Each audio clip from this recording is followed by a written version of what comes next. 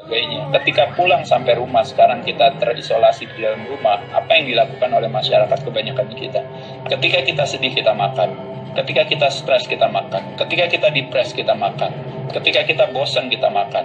Bahkan ketika kita happy, brother, kita makan juga. Jadi bisa bayangkan, kalori yang masuk semakin banyak, sedangkan kebutuhan badan kita nggak membutuhkan kalori sebanyak itu. Pada saat itulah tercipta sebuah inflamasi di dalam tubuh kita.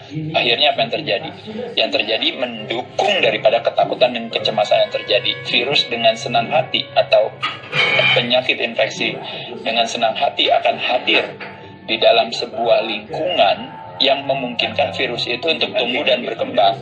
Iya, agresif ya, itu inflamasi, brother, namanya, yaitu adalah peradangan di pembuluh darah yang memang udah menyenangkan lah. Memang itu masalah urusan COVID-19 is about inflamasi kan, brother.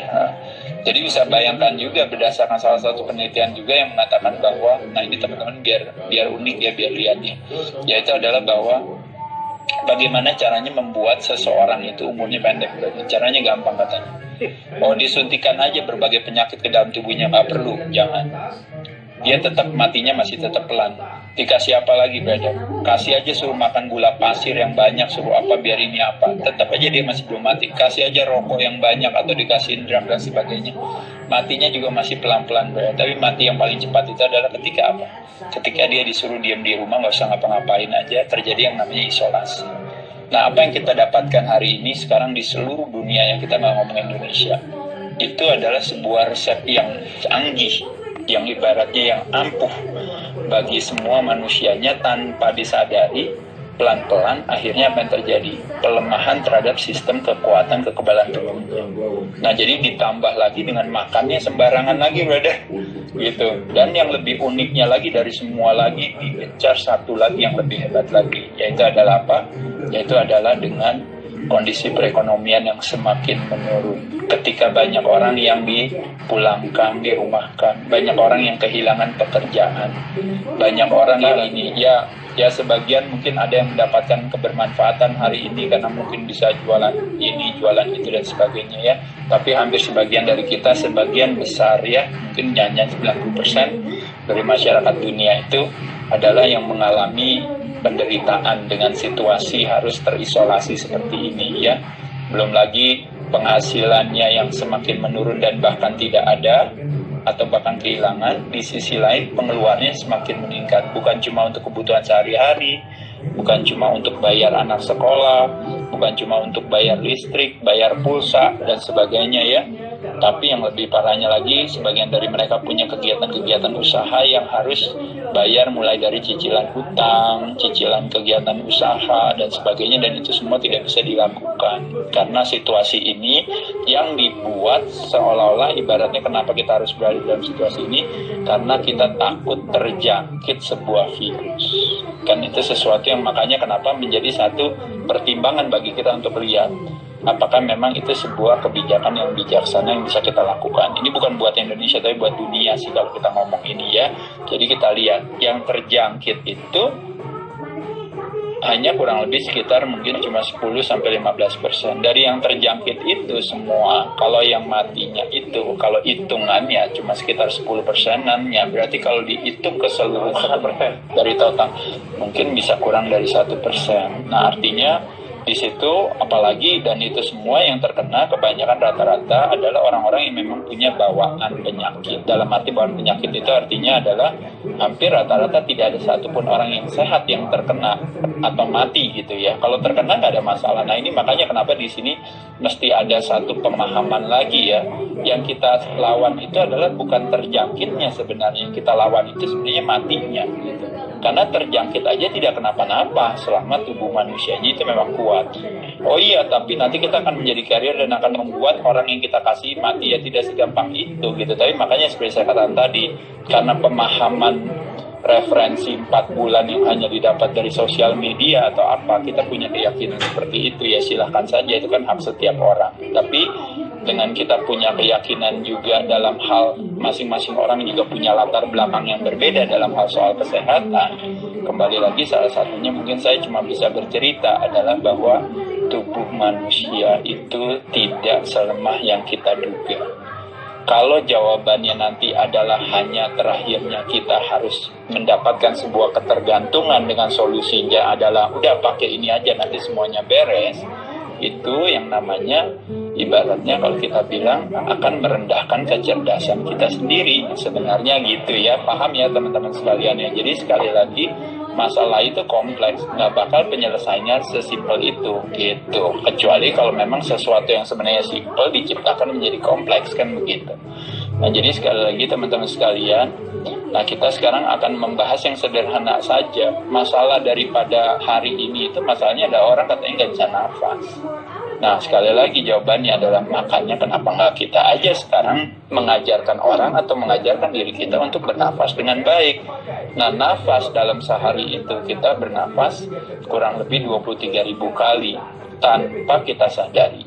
Nah uniknya daripada nafas itu adalah sebenarnya sesuatu yang sebenarnya kita harus pay attention terhadap nafas kita. Tapi yang terjadi adalah kita kadang-kadang pay attention terhadap hal yang lain. Mulai dari urusan beli obat, pakai ini, suntik sana, suntik sini. Tapi di sisi lain, pola perilakunya nggak dilakukan. Nah, pola perilaku yang bisa kita lakukan kadang-kadang berolahraga. Tapi banyak orang nggak berolahraga pun juga tetap sehat kan? Itu satu, menunjukkan betapa olahraga bukan sebuah prioritas. Dua, oh saya nggak ngatur makanan dari dulu, saya nggak pernah sakit kok, biasa-biasa aja. Dua, menunjukkan ibaratnya pengaturan pola makan ternyata bukan prioritas ya gitu. Dan yang ketiga, coba kalau seandainya kamu jangan bernapas ya kira-kira berapa lama kuat? Kita masih bisa hidup nggak makan itu 3 minggu. 3 tahun nggak latihan kita masih bisa hidup juga ya. 3 hari kita nggak minum kita masih bisa hidup. Tapi hanya kurang lebih nggak sampai 3 menit kita nggak melakukan ini, kita kadang-kadang udah sebagian dari kita tuh udah pada nggak bisa hidup. Ngapain tuh berarti? Tidak tidak bernafas ya. Nah, jadi menunjukkan di sini artinya prioritas utama kita untuk hidup itu adalah punya kemampuan untuk bernafas. Nah, uniknya kita semena-mena dengan nafas kita, brother. Jadi tarik nafas, buang nafas itu udah nggak kita rasakan lagi gitu. Jadi kita udah santai aja, diem ya, manusia kok bernafas kok gitu. Seolah-olah ini yang disebut dengan namanya semacam otonomik gitu ya, otomatis aja ya udah. Tapi sekali lagi teman-teman sekalian, kalau kita punya kecerdasan dan kita bisa bilang, kenapa nggak saya belajar ya? Orang makan aja saya belajar, aktivitas gerak, olahraga aja saya belajar. Saya mau bikin satu produk tertentu, karya saya belajar. Saya mau cari uang, saya belajar. Tapi kenapa kita nggak belajar yang menjadi satu esensi yang paling utama dalam hidup, yaitu adalah nafas yang sekarang dijadikan sebagai ancaman. Yaitu adalah apa? Kalau kena COVID-19 kamu nggak bisa napas, udah selesai mati kamu di situ ya kan? Penyebabnya gara-gara apa? Gara-gara salaman sama kena bersin. Jadi itu sesuatu yang unik gitu bagi kita untuk dibuat sebuah penyederhanaan untuk kita bisa cemas dan takut dengan situasi itu. Tapi kenyataannya sesungguhnya sebenarnya ibaratnya yang terjadi adalah pukulan ke 100 itu adalah nggak ada artinya dibandingkan dengan akumulasi pukulan ke 1 sampai ke 99, yaitu adalah apa? Ulah perilaku kita.